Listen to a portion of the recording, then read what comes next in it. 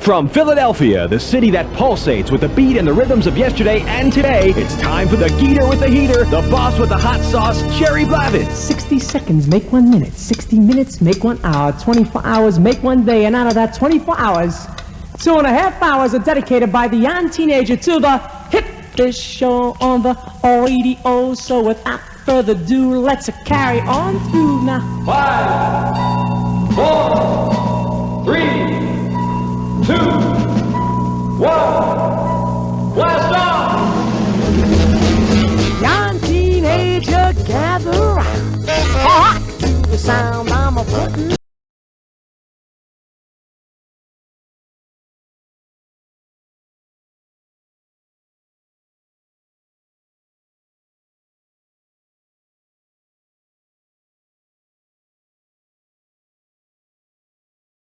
Well, guess what? We're back again, and I gotta tell you, this hour with me is going to be a lovely lady and a chat with, in my opinion, the one group that changed the way the world looked at female groups.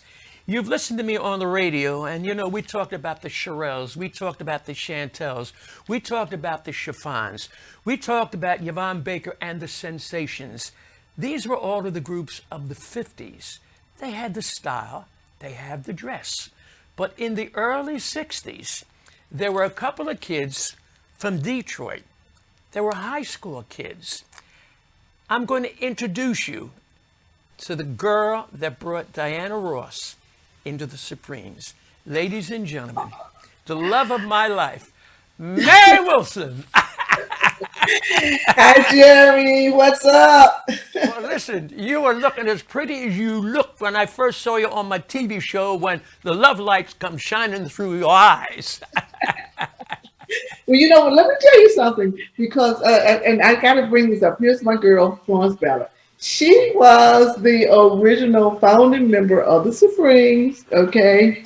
She brought me in, and it was actually one of the, I think it was Paul Williams who brought Diane in, but Florence brought me and Diane in there. Yes, she did. So, what about, actually at the beginning, there were four of you, and you there know, were four.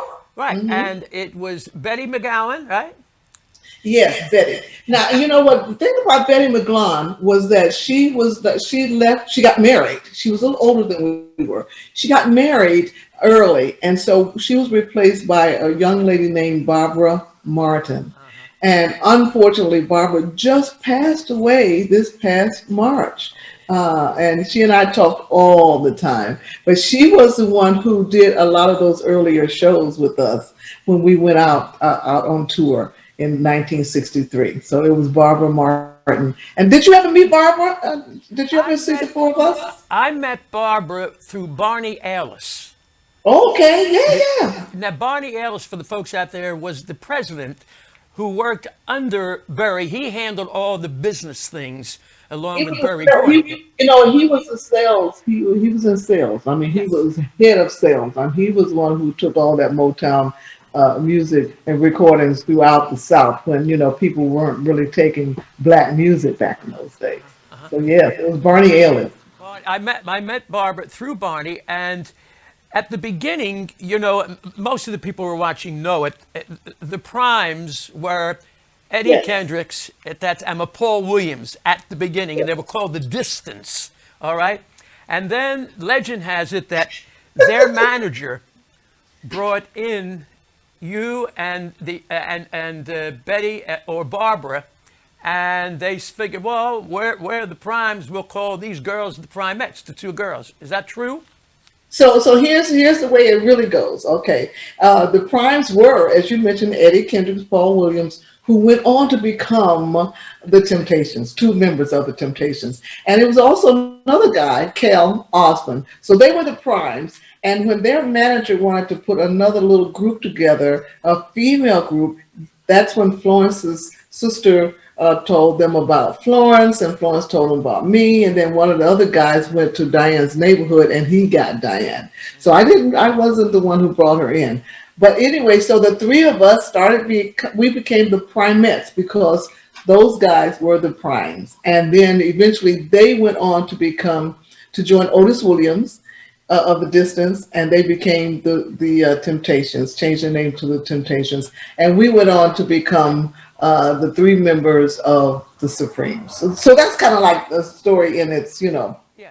short version. Who changed the name? How did that happen from the Primettes to the Well, it Supremes? was Florence Ballard. She was the one who named us the Supremes. Now, I do have to say that Mr. Very Gordy didn't like our name, the Primettes, and he says, "You girls have, if I'm going to sign you to a contract, you girls have got to get another name." So we all went out and asked, neighbors, high school teachers, we should be called, family members, and we came back with no names, right? And I remember Florence said, "Well, I have this bag and all these names," and she pulled out the Supremes. And later on, I found out, this is something you really like, Jerry. I found out that one of the names she pulled out was the Supremes, and she said, "I think it should be this one." And do you know who the person who put that name in the bag was? Janie Bradford, who wrote Money with Barry Gordy. Yes, Barrett Yeah. Strong. Yes, You're yes. just, there's so many memories here for the folks out there. Many people didn't realize this, but Mary knows the first label that Barry had was a label called Anna, and it was named after his sister, who was married, as Mary knows, to Marvin Gaye. And the first hit was Money in 1958. So he's the one that pulled out the name. So yeah, Anna had her own record company though. She had her own record company, and Marvin Gaye was in that record company. And when they kind of came over to Motown, the Spinners came with them. Marvin Gaye came with them. So it was that sort of family thing that came together that really made Motown really great. It was a family thing. Yeah, it really was. Harvey Fuqua was married to Gwendolyn, who was Barry's other sister. Yeah, that's why I said it was a family thing. Harvey Fuqua, a lot of people out there who are old enough will know that he was the main member who did what was the name of that record? Oh my God. The Moonglow, Sincerely, Moonglow. Most of all that Yes. stuff with Yeah, Bobby Lester. that was Harvey Fuqua. Now, a lot of people also don't know that they talk about artist development, but artist development had lots of people in there, and Harvey Fuqua was one of those main people in artist development. He, with Maurice King, who was a big band leader at this club called the Flames Show Bar, which everybody worked there. I mean, Nat King Cole, Ella Fitzgerald, everybody worked there. So all these professional people came into Motown, and that's how they formed that artist development with Harvey Fuqua, Maurice King, and then of course Charlie Atkins, the choreographer, and our mentor, Mrs. Powell, Maxine Powell. Listen, Yeah. you introduced me to her when you were in Philadelphia. Remember, they were honoring you, and she came in and sat at the table. A wonderful, wonderful woman. She Yeah. was so humble and so Yes. soft-spoken. I mean, I really was impressed, man. Because She was a great lady. She taught all of the Motown artists, including the men. The men went to her classes too. Some of them didn't. In fact, it was a kind of going joke that the guys said, we don't need no etiquette. We don't need all that kind of stuff. But everyone learned from Mrs. Powell. They learned something. They really did. tell me about the vision that Barry had, because we talk about in Philadelphia there was a record label called Cameo Parkway, and these were local labels, and of course back then they had the artists Dee Dee Sharp and the Dobells and Chubby Checker, but Barry, his vision in developing his artist was completely different than any other record manufacturer. Well, I think that had a lot to do with his family, his mom, his dad, his sisters. You mentioned Anna and Gwen, who all were very sort of outgoing ladies, and Mrs. Powell had taught all of them in her school, in her wonderful sort of modeling school. So they were modelers, I should say, models. Yeah, models. and then his family were one of the one of the families that had businesses, and so for black families to have their own businesses back in those days, it was quite, impressive. So they all kind of really were behind Mr. Berry Gordy and helped him to establish his company. So it was kind of ran on that more of a family traditional kind of company. And so that's different from a lot of record companies. They're more the corporate and this and that and people who like music. But this really came from more of a family establishment. The first female group before you guys were the Marvelettes, at that time. And Holland Dozier and Holland was writing some wonderful things. And Smokey was writing some great things for the Marvelettes. And a lot of people don't realize it, but that was not on Motown.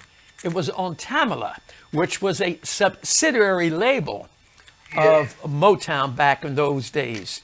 How did Berry make the decision to put you on Motown instead of on Tamala or on Gordy? I don't know. That's more the business part of it, because they, as you said, they had quite a few labels, the Motown label, Tamla, and all those. And I guess somehow or another they decided to go with different labels with different acts.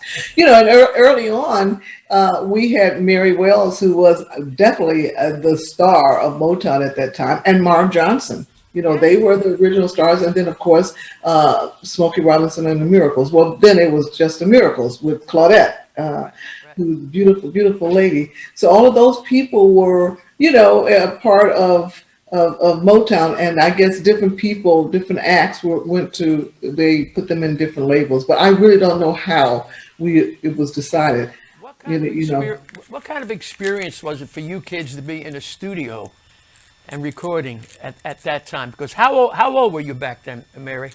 Well, we started, first of all, Florence, Diane, and I, and Betty, well, not Betty, but we were like 14 years old when we first started.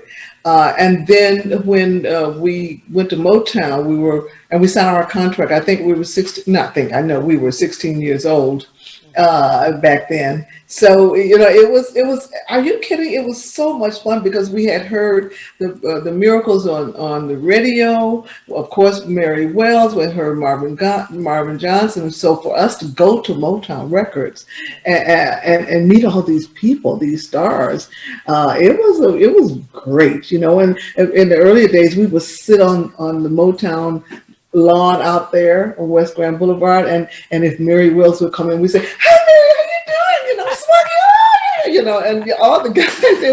For us, it was so much fun, and we were, like I said, we were only 16 years old at that time. So yeah, it was fun. But when we started singing, recording after we got our contract there, it changed our mindsets from just having fun and having a hobby.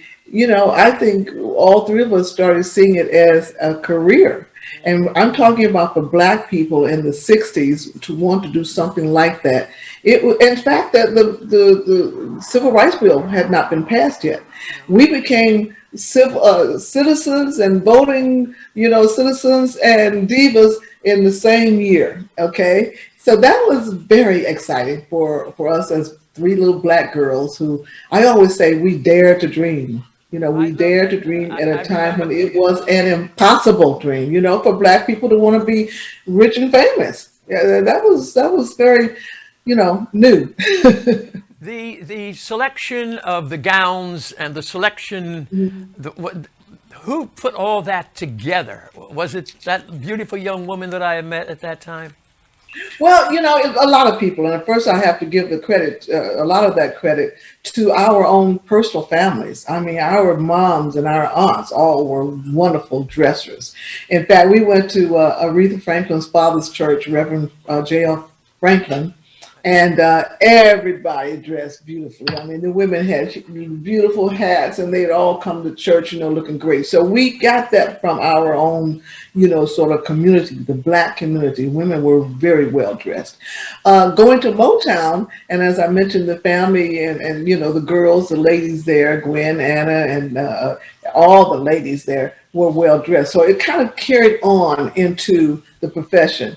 In the beginning, we bought our little dresses from the department stores, and then later on, when we started becoming famous, designers started creating these gowns for us. And so, because we were already into dressing beautifully, we loved dressing up. Okay, this just made our lives really great, and because of TV. I gotta say this. You mentioned earlier on some of my favorite groups, the Chantels, the Shirelles, definitely my favorite group in life. They came along as you said, in the 50s, and so TV wasn't as popular as it became in the 60s. So we had a lot more exposure than some of those girls, but we were really inspired by, the Chantels, Shirelles, and all those girls, the Toys. I mean, it was great, girl, and they all look cute. But see, TV wasn't as popular then as it became in the later 60s. You're right, because you kids did Ed Sullivan. You did every major TV show. I remember when you were with Sammy on Sammy's show. We were there with one of our favorite groups, the Andrews Sisters, on Sammy's show, Sammy Davis' show. Exactly. So it was really, really cool. That's my daughter. Yeah, she's gone. That's okay. Is that us? That's you. Yeah, right. Okay, there we go. I guess come on. Okay, there we go. Sammy said to me, "Man, these kids are sharp, man. Where'd they get the money to buy these clothes?" I said, "You better talk to Barry."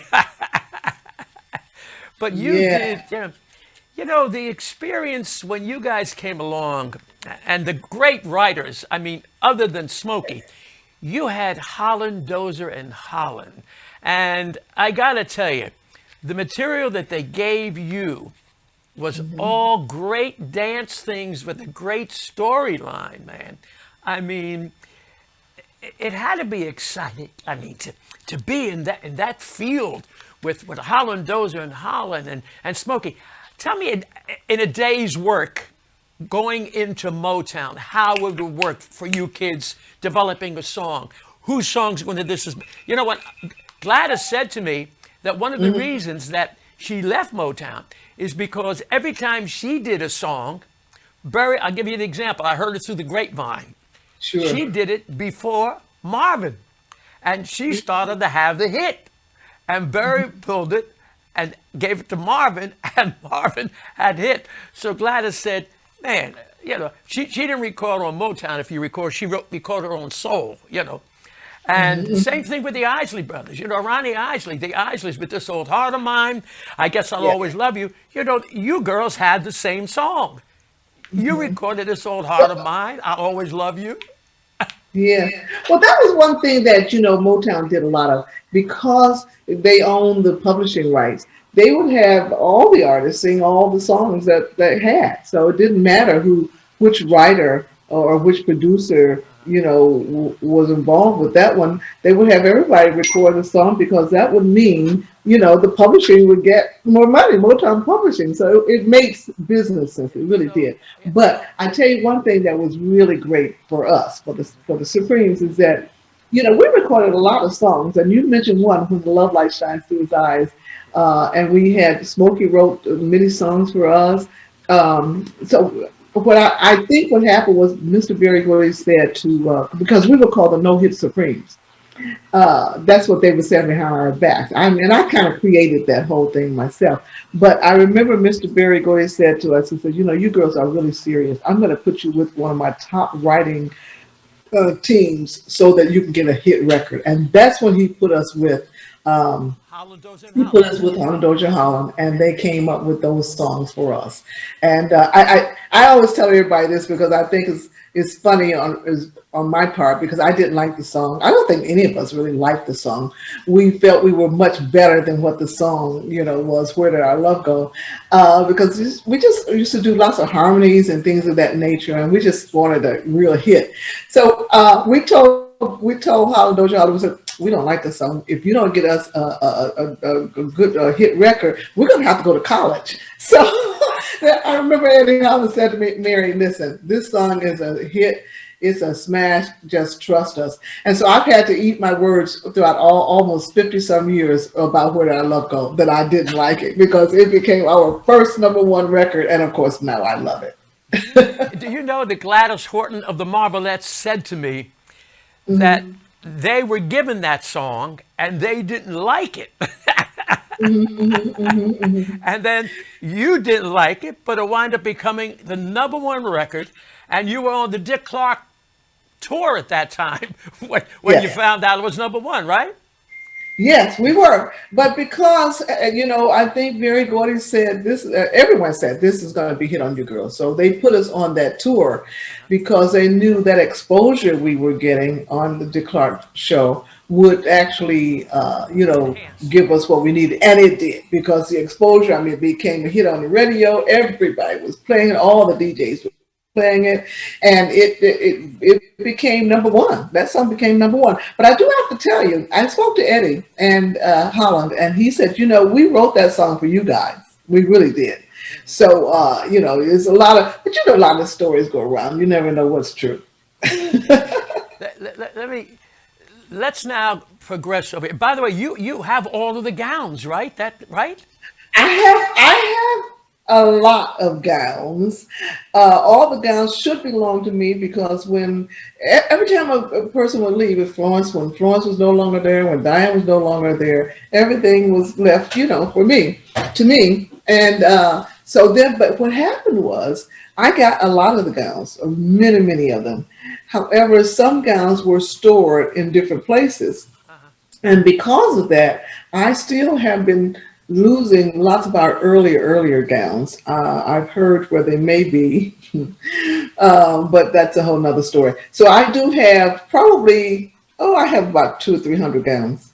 That's because there were 3 of each, you know what I mean? Three, there was a set of 3, let's put it that way. So yes, I do. And they tour the world.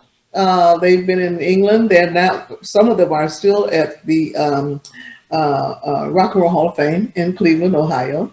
I'm very proud of that. So when people go there, when it opens up, they can see some of the gowns. And I still have many of them. Some are at the Newark Grammy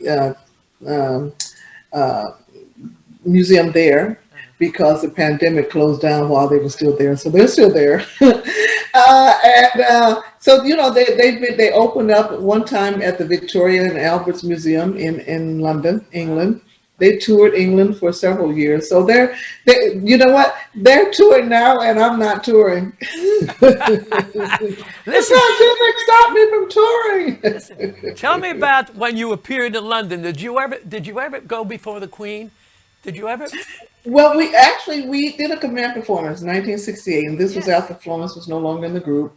Cindy Birdsong was there. 1968, we did a command performance. You mentioned one of the other people who were on that show, that Petula Clark was on. Ichabod Humperdinck was there. I think Diane Carroll was on.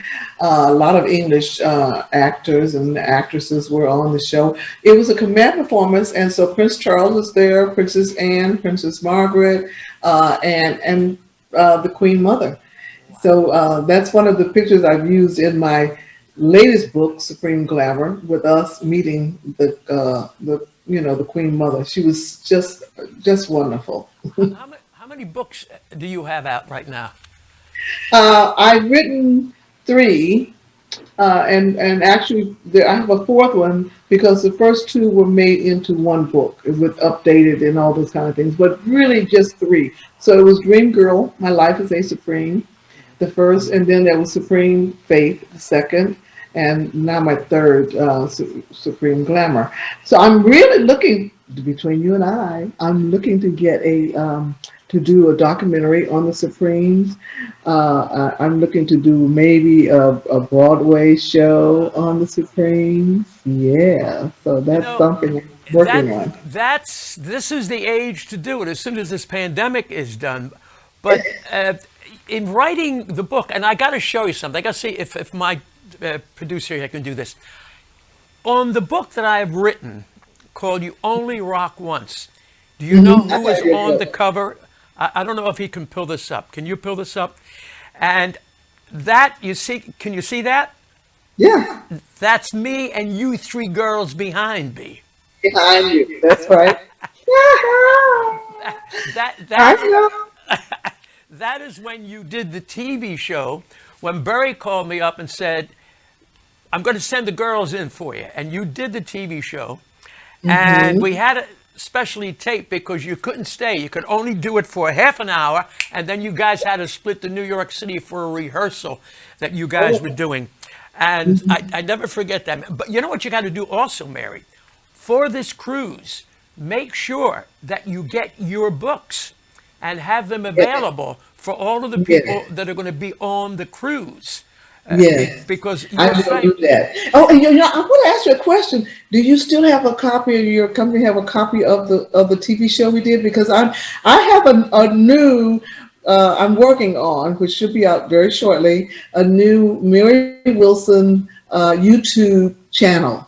And so I'm going to be using lots of, old clips, things, that people really haven't seen a lot of. I'd love to have that on my channel. I'm going to look, but let me tell you what used to happen back then. We would do it live, and then they would erase I know. live and erase because the cost of taping back then was the reels. If you remember, they were big Yeah. reels back then. So I have to look. I have a lot of that stuff. I have a clip with Oh, Marvin. Marvin, I loved Marvin. oh, I Marvin, do. Good. he had a soul. Marvin Gaye. So he would come in with Alexander at that time, who was with Abner. Remember Abner Hewitt? Oh, sure. He was the president at one time. Yes. Exactly. So I would take him out to get Italian food at a place in Springfield called Mara's. And Marvin used to say to me, "Man, I want to get a couple of jars of this macaroni sauce." I said, "Marvin, whatever you want." But he was, I got to get you that clip. It's just Marvin and me sitting on a Yes. Oh, I stool, love it. and we're talking about the music. And this is something that you know, and the audience may not know. Marvin said to me, "I want to be like Nat King Cole." He said, "I love what I'm doing with Tamala," because he was on Tamala, which was a part of Motown. He said, "But I want to sing the very thought of you. I want to sing all of the stuff that Nat King Cole did."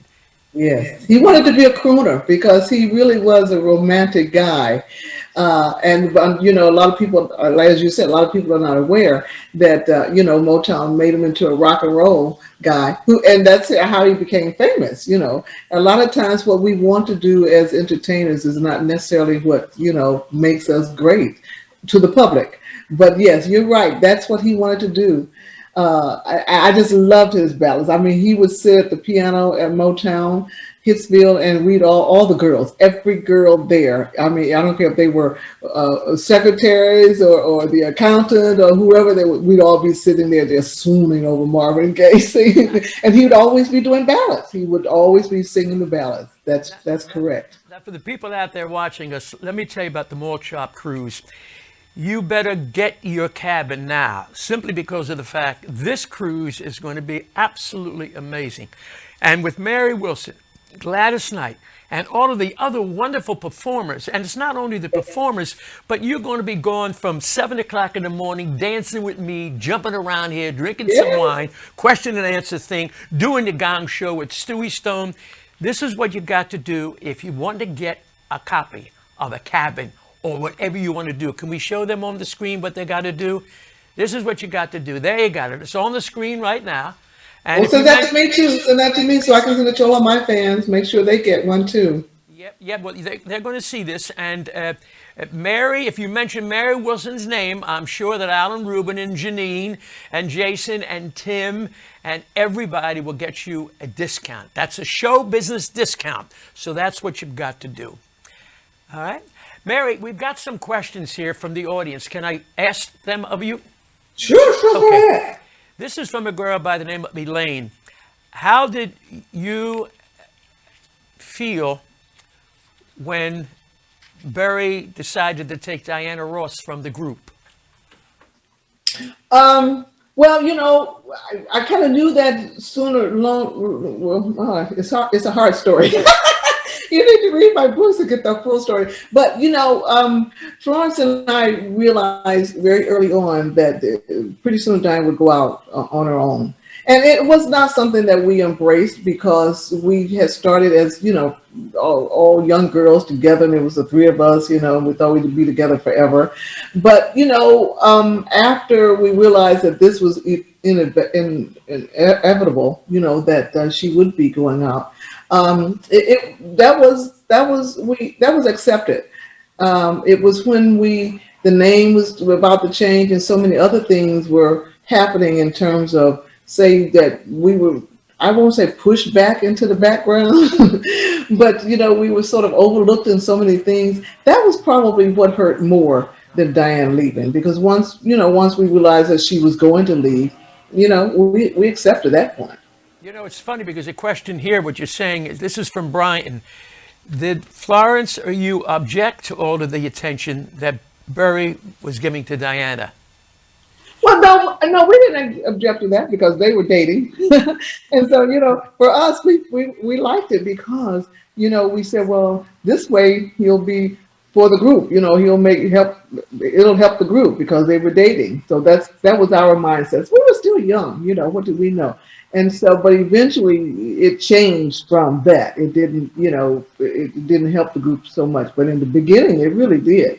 So, it was one of those things that, you see this a lot in friendships. Say if the guys are always with the guys and then one of the guys started dating a girl, then the dynamic starts changing. And that's kind of what happened. That's kind of what happened to us. It just really took away our three friendships. It really did. But, we understood what was going on and we had to deal with it. I have a question here from Robert. And the question is, why did Florence want to leave the group? Well, Florence didn't want to leave the group. No, Florence never wanted to leave the group. That's for sure. But she had some problems earlier on in life that really stopped her from being, shall we say, rational. And I'm going to say this because I think that it needs to be said because people have the wrong stories been out there. Florence was abused when she was 14. We had just started the primates, and we were all virgins.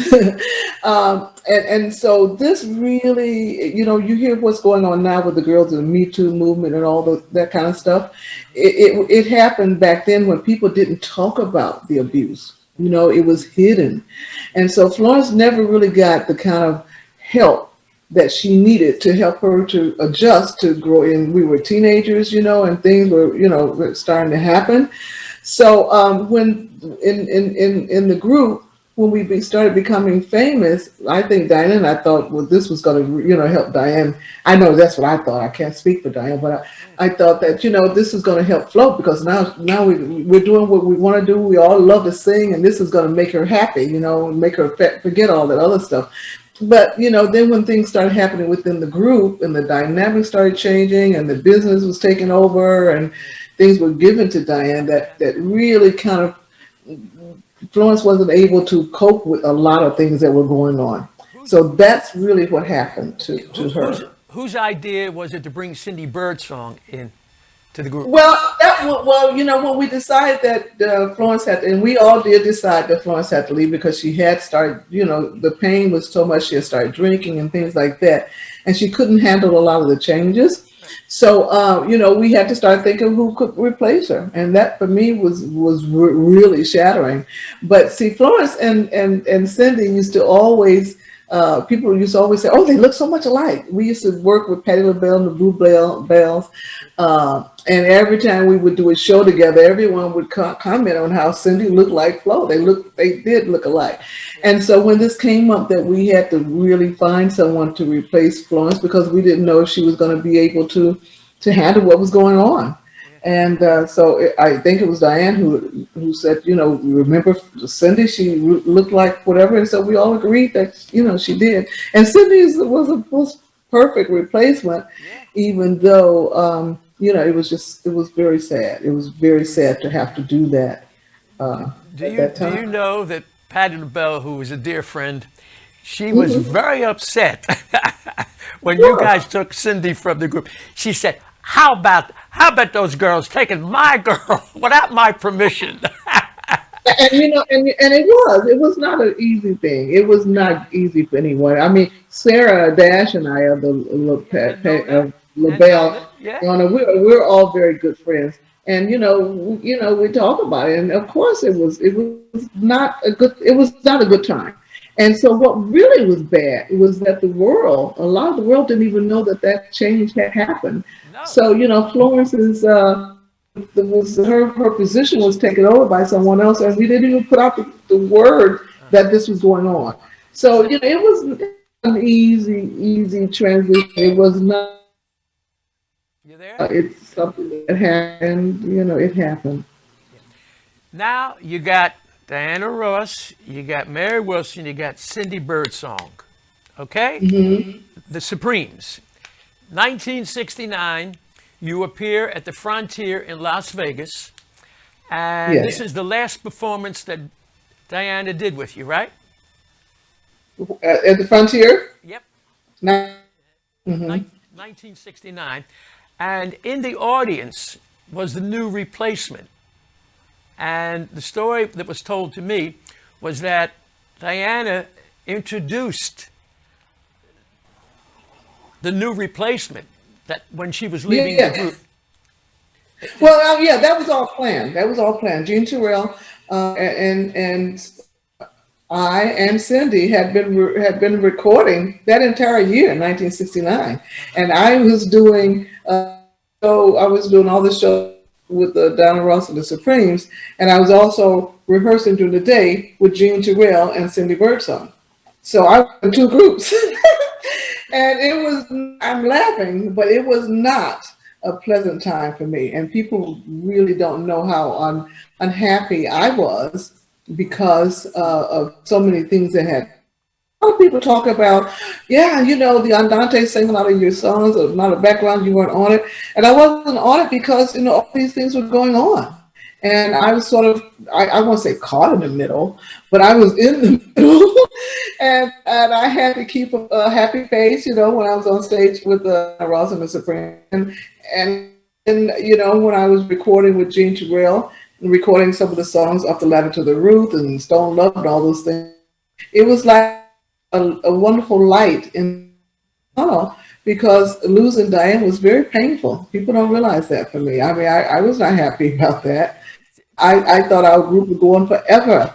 So, it was not a good time for me. In fact, one of the biggest mistakes I ever made in my life was when Mr. Barry Gordy, also everybody wanted the song Love Child. And I was not on that because I had planned a vacation to cruise. and I didn't know it until they said, we're going to record. So I'm like, well, I can't do it. And I was like, you know what? You guys do what you need to do. So one of the biggest mistakes was I was not on Love Child because of that. And it had a lot to do with the pain I was in. But people don't really know the kind of pain I was in. They say, oh, she goes along with everything. But I didn't want the group to disband. It's all this stuff is happening, but I had no control over it. You also, I realized, we're not on Someday We'll Be Together Again. I was not on that, and that was the time when that was not my choice. It was that song.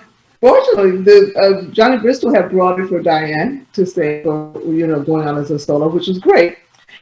I think it's going to be this would be a great song for the last recording for the Supremes. Well, they already had the background on it. Diane did her part, and then there you go. So a lot of that was going on during that time, and it wasn't my choice to not be on things. It's just things were Diane's career. And this is not to put her down. I'm just saying this is the way business kind of works. You know what I mean? It was like this is what they decided to do, and they did it with little regard to me. But here I am. So how many years later? 76 years, some 50-some years later, or 30 years later, whatever it is, and I have my own career. And you had mentioned Marvin wanted to sing the love songs like Nat King Cole. Well, now I have a career to do a show called Up Close with Mary Wilson, and I sing all the ballads, great American songs So I found my voice. So, you know, it's okay. I mean, I had enough common sense or not to react too early when Diane was leaving and leave out or do and, you know, go along with the plan. So I'm very happy that I am the kind of person that I am, where I know sometimes you just can't do anything. You can't make you know, you need to just sit back and wait. And that's kind of what I did, but I was still building my own self during that time. So I'm very happy that I had that going. Listen, you have a glow that still has been a part of when you were just a kid, 16 years old. And you still perform, you still work, you look great, you sound great. And I got to tell the audience, one of the great albums you guys did was a classic album, Yesterday, all of the great classic songs. And you did on stage, Falling in Love with Love is a Wonderful Thing. Falling in love. And you were wonderful, you know, and right. I fell in love so much. Da, da, da, da. Go ahead. Yeah, I love. Got to do a little more. Let me hear. No, well, let me see. Let me. If you want to sing something, I'll sing a song that I really love, and it's like, no complaints, no regrets. I still believe in chasing dreams and placing bets. But I have learned that all you get. Well, I got the words anyway. So anyway, that's it. I'm going to tell you another song that you did, which Come and Get These Memories. That was Marvin the Vandella song, but yeah, I recorded it. You recorded it. I know you did. Yeah. I play it by you, man, and I love it. I swear. Listen, because of the freedom that I have to play my music and do what I want to do for an audience out there, I have the opportunity to play music like nobody else plays. And you guys have always been a part of my life. And Mary, you're just something else. Thank you. Yeah, you know, it's amazing. That you still have a glow too. Okay. In fact, you look like you're about 16 years old. I got to tell the audience, when we were in town, Mary was in town with Gary Puckett, and we went out to a place called Motown, which is still around. If you ever get to Philly, you got to come. And we had some Italian food. We had some wine. Remember that when you did? That was the commercial you did, the TV thing. That was when I was selling some Motown records. And you know, some people tell me that it's still on. It still is on. They sell it occasionally, selling Motown records. And Gary Puckett and I, we had a fun time. And yes, we did go out with Jerry, and he gave us some great. You brought your own wine in. I mean, you brought your own wine, didn't you? When you get onto the cruise, I'm bringing my own wine. So you'll have the best wine, because, you know, the first miracle that Jesus did was the changing of the water into the wine. So wine is very significant, man. And, you know, his mother was the one that made him do it. She said, son, they have no wine. And he said, well, my ministry is not here yet. And she said, son, they have no wine. Yeah. So I followed that suit of always bringing wine. And it was good too, okay? You know, you're doing something with B.J. Thomas? I think my agents are working on that, which is going to be cool, because the first time I met him was on a cruise. It was, in fact, it was on a cruise with one of the Drifters, and it was a rock and roll cruise back then. Charlie Thomas said to me that you sang at his wedding. That's right. That's right, and that was a cruise with JT. So I'm looking forward to working on this whenever we open, when the pandemic opens it up. Sorry. You'll see Charlie. Charlie's going to be one of the great actors. And I almost forgot. Little Anthony said to me, he said to me to ask you the story about going fishing. Yes. He remembers that. Well, all of us. I mean, it was all Little Anthony and the Imperials, and we were in Miami. I forgot what we were doing in Miami, but we were there, and someone took us out sail fishing, and so everyone caught these big fish. Right? I caught this fish was about this small, and so it was amazing because people had their fish mounted and whatever, and so I gave the man to mount mine. He says, "I'm sorry, miss, but that's too small. We can't mount the fish that small." I'm like, you're gonna mount this one." So I kept that fish for years. It was mounted on my. It was probably about a little longer than my hand. No, it was longer than that, but it was small. He remembers that, huh? Oh, that's Mary, great. when you were going out on tour with the bus tours, okay? Did you have a chaperone when you were on the one-nighters with the tours back then? Oh, we always had a chaperone. Motown was so great about always having a chaperone with us. Because we were in our 20s, but we were young. And as I mentioned earlier, Motown was a family thing. And so Mrs. Powell was one of our chaperones. I think Gwen was a chaperone at one point. There was a Mrs. Morrison. There were lots of chaperones. And we needed them because, we were young. The guys are young. So, we had chaperones, yes. When you were going to the studio to record, how long would it take before you came out with the finished product? Because Berry said to me, Motown signed Bobby Darin, Sammy Davis, Pat Boone, and Berry could not make a hit record with them because he said to me that they wanted to come in, even with Frankie Valli, they wanted to come in and then get out like they were doing nightclub acts. And Berry said to me, he said, "Geator, when I did a record, we would go over and over and over again. We would bring the group back in again. We would rewrite again if we didn't like it." So how long was that process for you? Because the other cats didn't want to do it. We recorded some of these songs before we became famous. And that's because they were very trying to get a hit record on us. And so we would sometimes stay in there for hours and hours and hours. And then we'd go to the choreography class with Charlie Atkinson. We'd go to Mrs. Powell's for an hour. But then when we started making hit records, we would sometimes fly in from Europe and record overnight and fly out the next day. So it depended on, how long it took to get whatever the producers wanted. And if they didn't, we'd have to come back another time. Right. We recorded in the earlier days with Funk Brothers, right there in the studio. Right. That was so much fun. And it would take a while, but then someone else might have to come in there. So you'd have to leave and come back whenever. It depended on who was in there. And who was its producer? I mean, if it was Smokey Robinson, they had as much time as they wanted. But there were, we would do things in an hour, maybe 2 hours. I mean, sometimes it would take 31 takes. Sometimes it would take one take. It depended.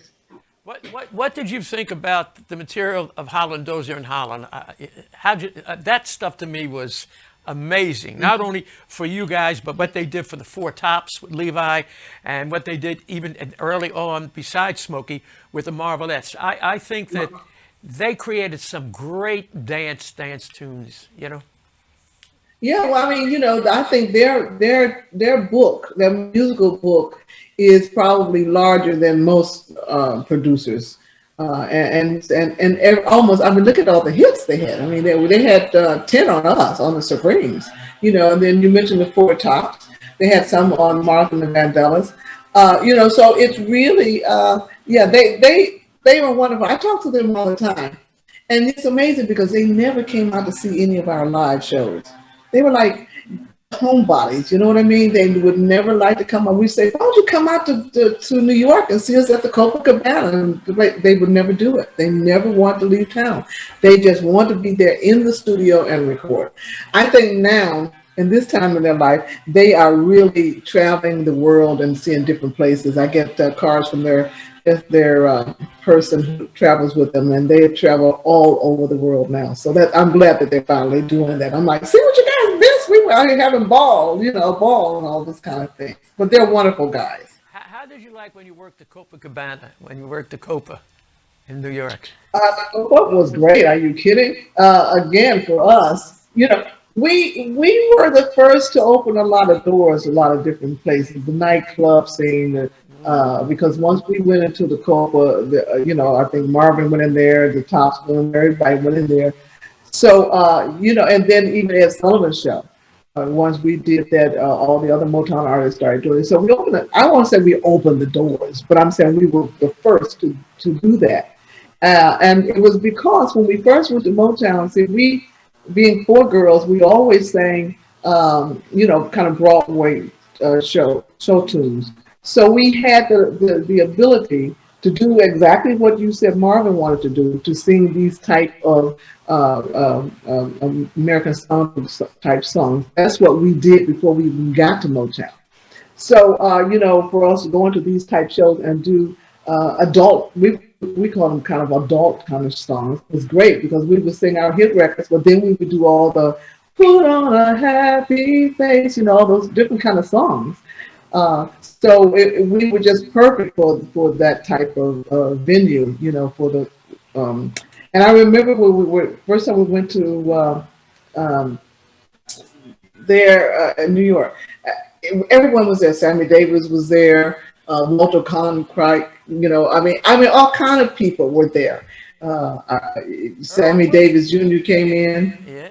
Flip Wilson came in, Tom Jones came in, everybody came to see us, so we were the happening. How'd you like working with Sam? I was Sammy's best man when he married Altabise. And okay. Mm-hmm. Yeah, and when you did his show, man, you guys made that was a big show that you did. Mm-hmm. The Hollywood Palace, man.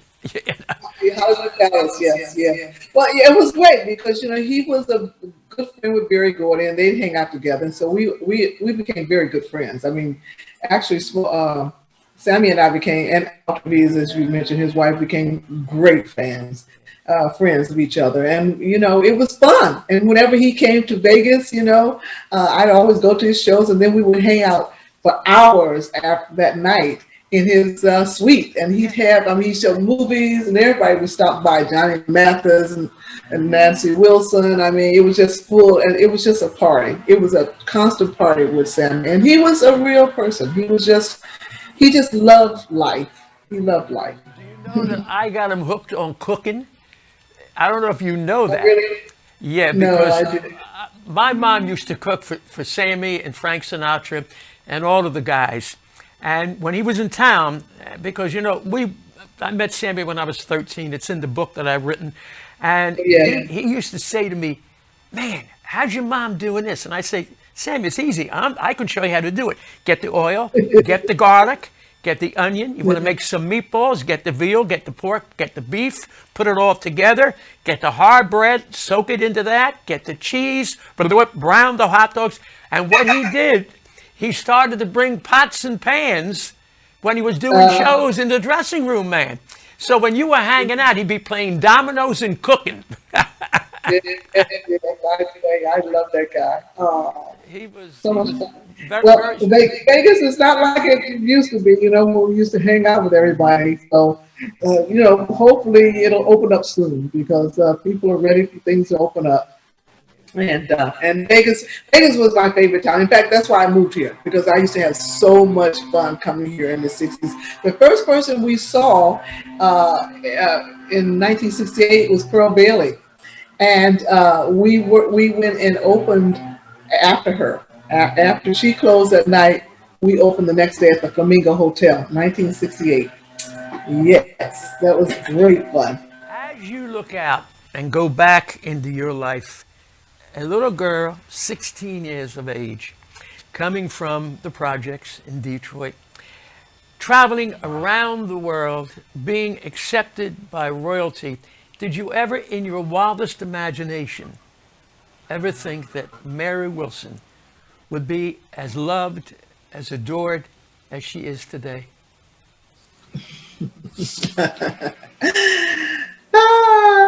Well, I hope so. But it's great.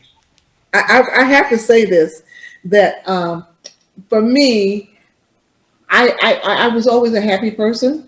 So I don't know what I would have become had I not become a singer, but I think that whatever I became, I would still be happy doing it because I just look at life as one of those wonderful miracles. I'm so happy to be here and be Mary Wilson in it. So yeah, I would have wished to have had this kind of life. Yes. Listen, Mary Wilson, we'll always be friends. We've gone back a long time. And I'm so happy that you're going to be on the Malt Shop Memories cruise, not only to perform, not only to sign autographs, not only to do questions and answers, but to drink some good wine with Gladys and all your friends. Right. Can't wait to see Gladys. That's my buddy. Listen, thank you for sharing, and you know I love you, okay? And I'm going to say this before you leave. You really said what the essence of soul is about. Whether you were a singer or not a singer, whatever it may have been in life, which would have been your chosen course, you would have been happy with it because you're just a happy person, and I love that about you. Thank you. Yes. I'm glad I was able to hold on to it because, a lot of things are going on. And even now. So I want to say to everybody, make sure you still wear your mask. Stay safe, not just for yourself, but for everybody else. This is a wonderful world. I mean, we don't know what's going to happen after we're gone. Okay. We hope it's going to be heaven and all those kind of things. But right now, this is what we have.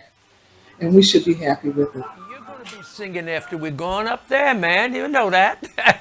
Yeah, but we don't know how much partying, the party might be a little different is what I'm saying. Yeah. We'll meet all our friends. We'll see Sammy and I'll see Sinatra and Rickles and all those wonderful performers. God bless. Thank you for sharing. I will see you on the Malt Shop Memories cruise, okay? Okay. Thank you. See everybody. Love you. Nothing look cute. He still looks like he's 16 years old, okay? Ladies and gentlemen, thank you for sharing with this wonderful young lady. What can I tell you? Show business people are no different than you and I. They feel, they see, and their whole thing is about making you happy with the talent that they've got. And that's the story about wonderful people that you meet when I do my chats. So stay well until we do it again.